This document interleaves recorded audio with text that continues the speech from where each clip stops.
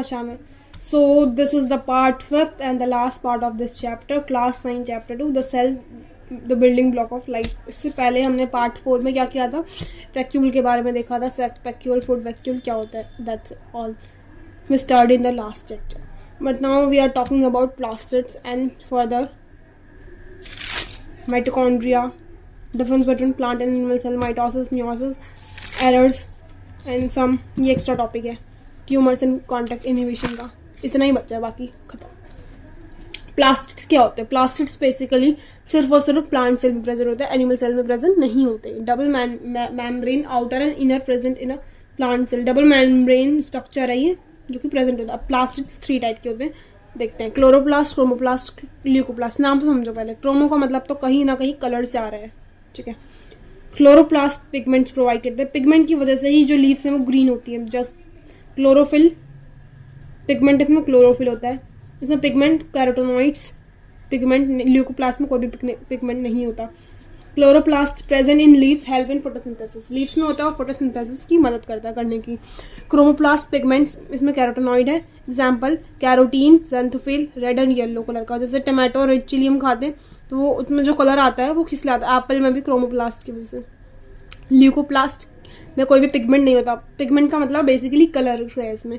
Amyloplast, अब leucoplast के भी 3 पार्ट्स हैं, अमाइलोप्लास्ट, लाइगोप्लास्ट, एल्यूरोप्लास्ट। अमाइलोप्लास्ट स्टोर करता है शुगर को, लायोप्लास्ट करता है ऑयल एंड फैट्स को स्टोर, एल्यूरोप्लास्ट स्टोर करता है प्रोटीन को। तो ये याद रखना तीनों, क्लोरो, क्लोमो और leucoplast.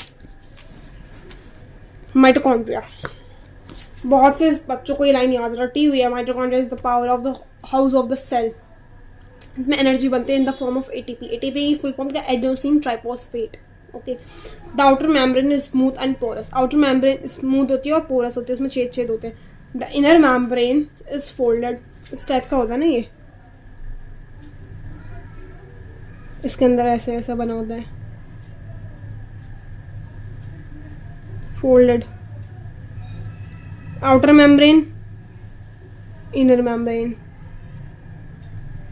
outer or inner membrane. The inner membrane is folded into finger-like projection. Inner membrane folded है finger-like projection में, which called cristae. हम इन्हें इन foldings को cristae बोलते हैं, which increase the surface area for chemical reaction and facilitate energy production. इसकी वजह से क्या होता है, ज़्यादा surface area मिल जाता है और chemical reactions अच्छे से हो पाती हैं और ज़्यादा अच्छे ढंग से एनर्जी प्रोडक्शन हो पाएगा, एनर्जी बन पाएगी। ATP is known as the energy currency of the cell. Cell की जो एनर्जी है वो कहाँ बनती है? माइटोकॉन्ड्रिया में, और उसे एटीपी कहते हैं। ATP is known as the energy currency. जैसे कि इंडिया में रुपीज़ चलते हैं, अमेरिका में डॉलर चलते हैं, पाउंड, पैसोस, ये सारे जो हैं, तो वैसे माइटोकॉन्ड्रिया की एटीपी है। The body uses energy stored in ATP, body use करती है एनर्जी जो कि हमारे इन द फॉर्म ऑफ एटीपी की फॉर्म में एनर्जी होती है, वो हमारी बॉडी यूज़ करती है for making new chemical compounds and for mechanical work. जितने भी काम करते हैं वो किसकी वजह से करते हैं? माइटोकॉन्ड्रिया की वजह से। और पूछने की करेंसी क्या है, एनर्जी करेंसी, तो वो एटीपी, एडेनोसिन ट्राइफॉस्फेट। अब प्लांट सेल और एनिमल सेल का डिफरेंस देख लेते हैं। प्लांट सेल क्या होता है? लार्ज, प्लांट सेल में लार्ज सेंट्रल वैक्यूल होता है, सेल वॉल होता है, क्लोरोप्लास्ट। ये तीनों सिर्फ ये चीज़ें सिर्फ प्लांट सेल में। एनिमल सेल में लाइजोम, सिर्फ और सिर्फ एनिमल सेल में होंगे स्मॉल वैक्यूल, छोटे वैक्यूल्स होते हैं इसमें, लाइजोम। और दोनों में होता है, लाइजोसोम्स प्लांट सेल में नहीं होते, हमने पढ़ा था, सोसाइटल बैग्स कहते हैं। अब दोनों में न्यूक्लियस होता है, दोनों में सेल मेम्ब्रेन होती है, दोनों में माइटोकॉन्ड्रिया होता है, दोनों में राइबोसोम होता है।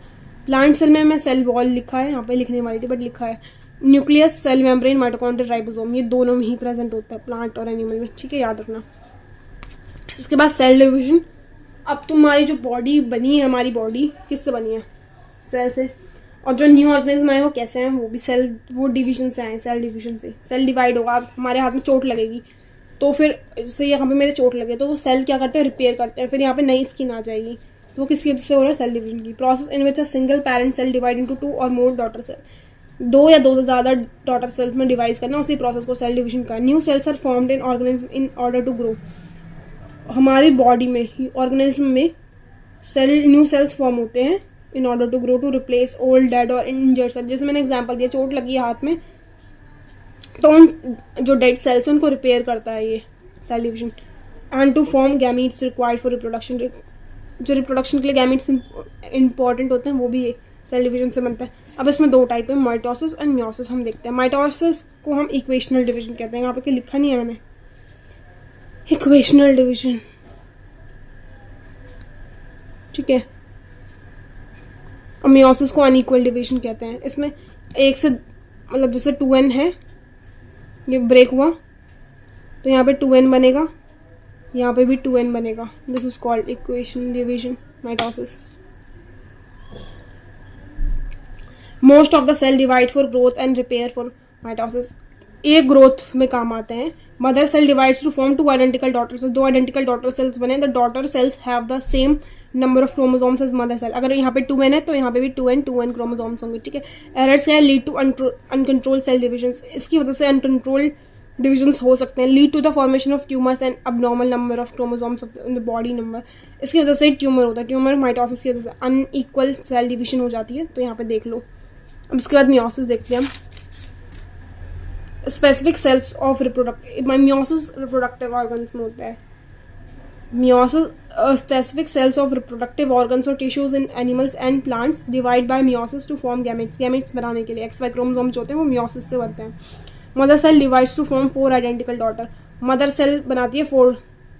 सो यहाँ पे ये, तो यहाँ पे एक बनेगा, एक यहाँ पे, एक यहाँ पे, एक यहाँ पे, 4 डॉटर सेल बनेंगे n। ये 2n है, n बनेंगे ये।